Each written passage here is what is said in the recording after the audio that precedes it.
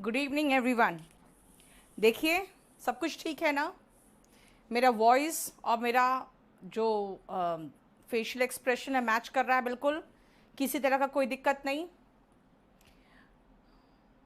Start हो गया। सुमित, रामचंद्र, विवेक, कनिष्क, कोई प्रॉब्लम नहीं। मनोज,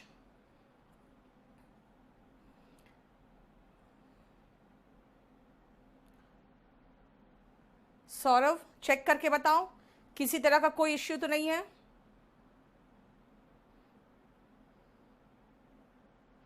ओके, चलिए चलो शुरू करते हैं। इंग्लिश में एक पार्ट्स ऑफ स्पीच के शुरू किया जाता है और एक होता है वर्ब से शुरू किया जाता है। हम लोग पार्ट्स ऑफ स्पीच से देखेंगे और ध्यान रखना जितने भी आप टीचर्स को देखो, चाहे कई बार ऑनलाइन में देखोगे, पार्ट्स ऑफ स्पीच आपको 8 बताया जाएगा। लेकिन ध्यान रखना ये जो आर्टिकल एक है पार्ट्स ऑफ स्पीच, उसको नहीं जोड़ा गया था क्योंकि आर्टिकल कई भाषाओं में, हिंदी में भी पार्ट्स ऑफ स्पीच में नहीं जोड़ा जाता है। सो इंग्लिश में ये 9 पार्ट्स ऑफ स्पीच हम पढ़ते हैं। Noun, pronoun, adjective, adverb, conjunction, article, preposition, interjection और उसके बाद वर्ब और एडवर्ब, है ना? तो ये ध्यान रखना कि हम लोग आपको जो एक तो केडी लाइव में आ जाओ। मैं आपको बता दूं, केडी लाइव में मैंने ऑलरेडी डाल रखा है कि इसमें हम लोग किस हिसाब से चल रहे हैं। नाउन, प्रोनाउन, एडजेक्टिव, एडवर्ब चलेंगे। एक बहुत छोटा सा चैप्टर है पैरेललिज्म, जो सब चैप्टर से थोड़ा थोड़ा उठाया हुआ है, वो लेंगे। फिर preposition, conjunction, modals, helping verb ही है लेकिन इसका पोर्शन थोड़ा डिफिकल्ट होता है, इसीलिए हम इधर ले लेंगे। सुपरफ्लुअस एक्सप्रेशंस एक चैप्टर है छोटा सा, spellings, then legal terms, then mood inversion, infinitive, gerund, participle and then we come to verb. ठीक है ना?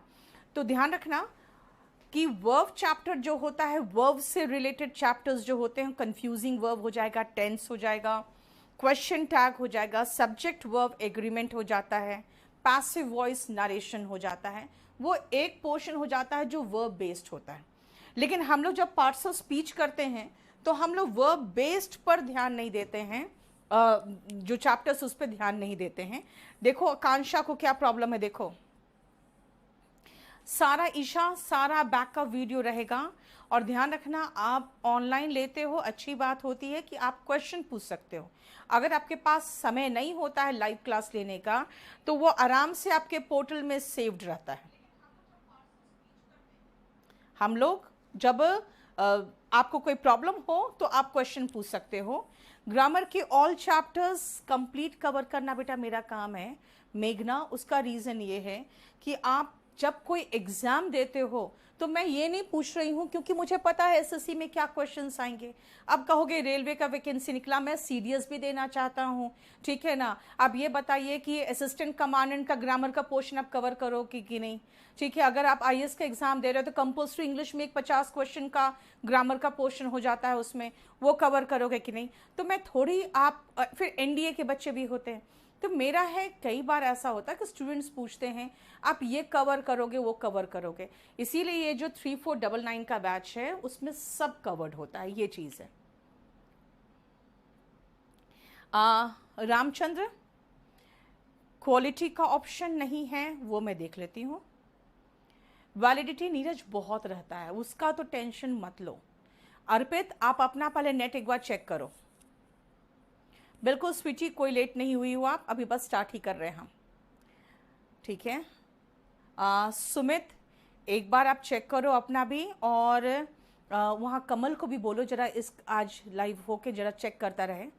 बेटा अंकित, देखो आप जो कह रहे हो ना प्रीवियस ईयर क्वेश्चन पेपर आप प्रैक्टिस कराओगे कि नहीं, तो मैं आपको बता दूं कि इस बैच में जो ट्यूसडे, थर्सडे और सैटरडे का बैच है, इसमें हम पूरा कंप्लीट कोर्स कराते हैं जिसमें आपका कुछ भी ऐसा नहीं रहेगा, चाहे वो ग्रामर हो, चाहे वो कैब हो, चाहे सेंटेंस अरेंजमेंट हो, ठीक है? उसके बाद आपका क्लोज टेस्ट हो,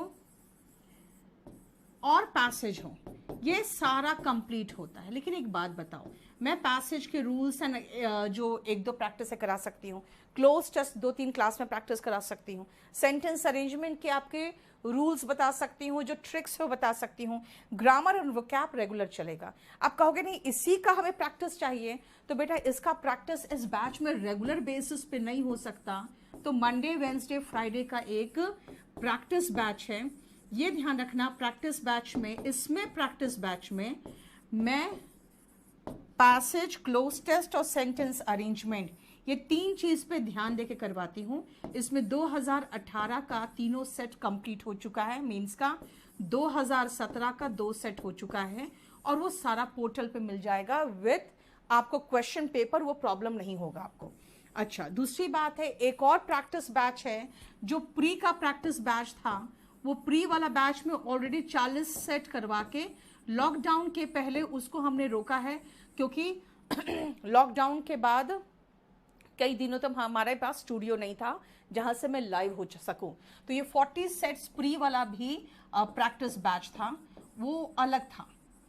ठीक है, इसका जो है, इसका 5999 का था, इसमें मुझे करीबन 100 प्रैक्टिस क्वेश्चन पेपर्स करवाने हैं, वो प्री वाले में। इस प्रैक्टिस बैच में जो है, इसमें ये मेंस ओरिएंटेड इसलिए चल रहा है, उसका रीजन मैं बता दूं, क्योंकि क्लोज टेस्ट, सेंटेंस अरेंजमेंट और पैसेज आपको मेंस के क्वेश्चन पेपर्स में अच्छे से दिखते हैं, प्री में तो मात्र 1-5 क्वेश्चन का होता है, तो वो प्रैक्टिस सेट अलग चल रहा है। ये प्रैक्टिस सेट जो है ये 999 का है, ये अलग चल रहा है। मेंस वाले जो है उनको तो ये दोनों दिन आ रहे हैं, और ये जो है आज आप इसके साथ मेरे साथ शुरू कर रहे हो, ये अलग अलग चीज है। ठीक है, फुट द बिल का मतलब बेटा होता है टू पे फॉर समवन। मैंने आपको बता दिया सबका अलग अलग रेट है, और ये जैसे 3499 वाला है। ठीक है, क्योंकि मेंस वाले जो थे उसको ये वाला था मेंस के साथ ही, लेकिन अब सब कुछ अलग अलग है, वो देख लेना। प्रीतम का भी प्रॉब्लम देख लो, और किसी तरह का कोई प्रॉब्लम आ रहा है तो आप अभी ये कमल को बोलो ऑनलाइन इन लोग के प्रॉब्लम्स देखता रहे, आज कोई प्रॉब्लम ना हो, क्योंकि बहुत सारे न्यू स्टूडेंट्स जुड़े हैं, उनको आज पहली बार इश्यू हो सकता है, क्योंकि आप पहली बार हैंडल कर रहे हो, बाद में आप लोग ज़्यादा एफिशिएंट हो टेक वाइज, हम मेरे से तो बहुत बेटर हो गए। बुक बेटा डिलीवरी अभी कहीं नहीं हो रहा है बिकॉज ऑफ लॉकडाउन, जिसके कारण हम लोग पहले तो वॉल्यूम 1 का ई बुक ला रहे हैं QR कोड के साथ, जो 1 सप्ताह में आ जाएगा। लॉकडाउन जैसे खुलेगा all over India books deliver होना शुरू हो जाएगा। यस, आप जो डाउट्स पूछोगे शौर्या वो यहीं पर होगा, बिल्कुल आप पूछते रहो डाउट्स, कोई प्रॉब्लम नहीं है। बिगिनर के लिए प्रैक्टिस बैच अभी सही, देखो सौरभ बात क्या है ना, sentence arrangement, cloze test and passage, ये तो प्रैक्टिस से ही आता है, तो इसीलिए कोई इश्यू तो नहीं होना चाहिए आपको। ठीक है, अर्पित का प्रॉब्लम देख लो। चलो अब मैं आपको शुरू कर रही हूँ, पार्ट्स ऑफ स्पीच में आती हूँ। चलो मिटा दूँ, सुनो, पार्ट्स ऑफ स्पीच में आओ। सबसे पहले इस नाउन चैप्टर की बात कर ले। सबसे फर्स्ट पोर्शन है जो पार्ट्स ऑफ स्पीच का, वो नाउन है। नाउन क्या है? जैसे कहते हैं नाउन, तो हिंदी में डेफिनेशन कहते हैं किसी व्यक्ति, वस्तु या स्थान के नाम को संज्ञा कहते हैं, बस उसी का ट्रांसलेशन है क्या? The name of any person, place और thing. But remember, the name of any person का मतलब हो गया कि अगर व्यक्ति का नाम, अगर पर्सन का नाम, बिल्कुल बेसिक से पढ़ाएंगे बेटा, एकदम चिंता नहीं करो। ठीक है, क्या हो गया? बिल्कुल बेसिक से पढ़ाएंगे, किसी तरह कोई टेंशन मत लो। और आपके जितने क्वेश्चंस होंगे ना, एकदम जीरो लेवल से पढ़ाएंगे, कोई प्रॉब्लम नहीं होगा आपको, अब ध्यान रखना। अच्छा, खाली एक चीज़ खाली ध्यान रखो आप थोड़ा सा, बेटा मेंस तो अभी पढ़ो आराम से नेहा, क्योंकि बात क्या है ना, अभी मेंस 3 महीना, जब तक पूरा ऑल ओवर इंडिया लॉकडाउन नहीं खत्म होगा तब तक कहीं नहीं होने वाला एग्जाम, ये ध्यान रखो। अच्छा, दूसरी बात है, आप लोग क्वेश्चन लिख के छोड़ते जाना, और सिर्फ एक बार क्वेश्चन लिखना। उसका रीज़न ये है, क्वेश्चंस बहुत आ रहे हैं आज, क्योंकि आप सबके बहुत सारे क्वेरीज होंगे। क्लास में 10 मिनट पहले ख़त्म करके सारा क्वेश्चन ले लूँगी, क्वेश्चन सिर्फ एक बार लिखना, ठीक है ना। अब सुनो, हम हिंदी में जानते हैं कि संज्ञा, सर्वनाम, विशेषण, क्रिया, ये सब होता है। क्यों होता है? उसका रीजन ये है कि अगर आप एक सेंटेंस बनाना चाहते हो तो याद रखना आपको कई सारे ऐसे पार्ट्स ऑफ स्पीच की जरूरत पड़ेगी to make a complete sentence. जैसे अगर मैं कहूं good boys study, good boys ऐसे कर दें,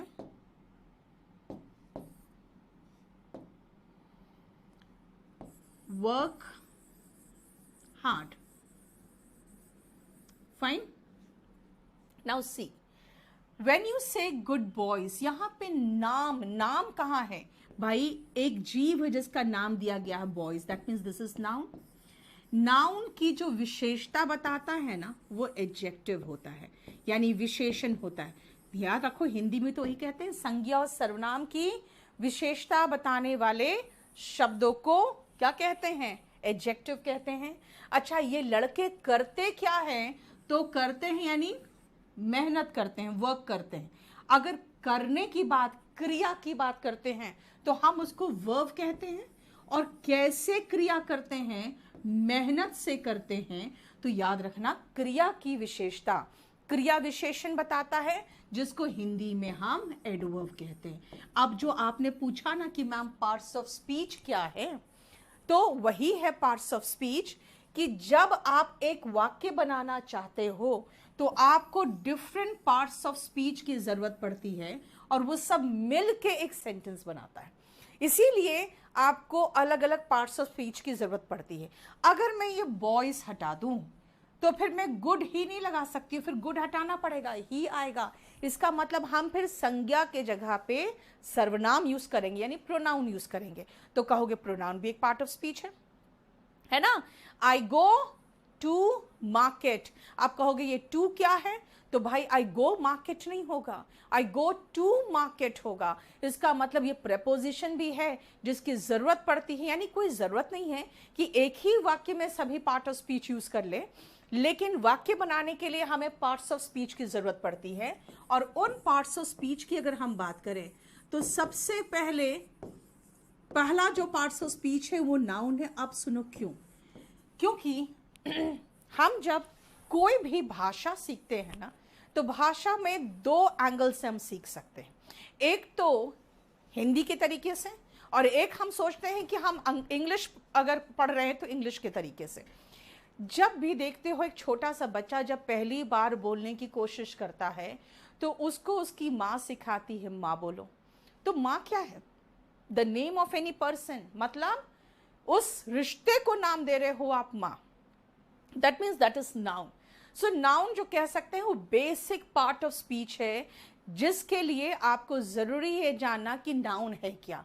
अब देखो ध्यान से, नाउन में अब जब स्कूल में नाउन पढ़ते हो ना, तो नाउन का जो डेफिनेशन पढ़ते हो, बहुत लंबा चौड़ा डेफिनेशन पढ़ते हो, वो पढ़ते हो the name of any person, place और थिंग। लेकिन मेरा एक चीज कहना है, ये बहुत अच्छे से याद रखना कि noun the name of any person बोलोगे तो पर्सन का मतलब हो गया कि राम। तो भाई मुझे राम का नाम पता नहीं है तो मैं पर्सन बोलूंगी। मैं ये भी तो कह सकती हूँ तुम्हारा सहपाठी, योर क्लासमेट, है ना? मुझे वो भी नहीं पता तो मैं कहूँ